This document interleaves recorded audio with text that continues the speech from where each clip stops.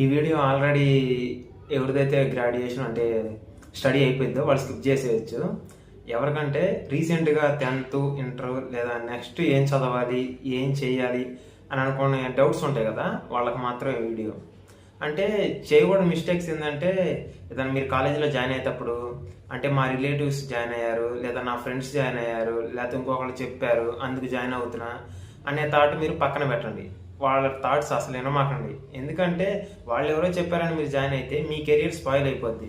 మీకంటూ ఒక థాట్ ఉండాలి, మీకంటూ ఒక గోల్ ఉండాలి. కాబట్టి మీ గోల్కి మీరేం చదవాలి అనే దాని మీద మీరు రీసెర్చ్ చేయండి.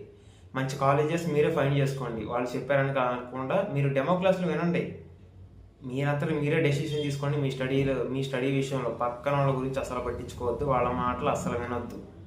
ఓకేనా? యూట్యూబ్లో చూడండి, కాలేజెస్ చూడండి, డెమో క్లాసులకు వెళ్ళండి. ముందుగానే ఫీజు ఎవరు కట్టొద్దు. ముందుగానే మీరు ఫీజు కట్టిన తర్వాత తప్పకుండా జాయిన్ అవ్వాల్సి వచ్చింది. ఎందుకంటే మనం మిడిల్ క్లాస్ ఫ్యామిలీస్ నుంచి వెళ్తాం కాబట్టి మనం ఫీజు ఆఫర్ చేయలేం నెక్స్ట్ కాలేజీకి. ఓకేనా? ముందు మీరు డెమో క్లాసులు వింటూ నేర్చుకోండి. ఆ తర్వాత మీకు వాళ్ళు చెప్పే సబ్జెక్ట్ అర్థమవుతుంది అనుకుంటేనే జాయిన్ అవ్వండి, లేదా వద్దు. ఓకేనా? ఎందుకంటే మీరు అయిపోయే మొదటి స్టెప్ ఇదే. మీ కెరీర్ బిల్డ్ చేసుకోవాల్సిన స్టేజ్ వచ్చినప్పుడు మీరు తీసుకోవాల్సిన జాగ్రత్తలు ఇవి. సో జాగ్రత్తగా చూసుకొని చెక్ చేసుకొని జాయిన్ అవ్వండి. ఏది తీసుకున్నా మీ మంచిగా జరగాలి, మీ ఫ్యూచర్ బాగుండాలి కాబట్టి ఆలోచించుకోండి. అండ్ నెక్స్ట్ వీడియోలో రీసెంట్గా స్టాఫ్ సెలక్షన్ కమిషన్ నుంచి జాబ్స్ పడ్డాయి కదా, అది కూడా అప్లోడ్ చేస్తాను.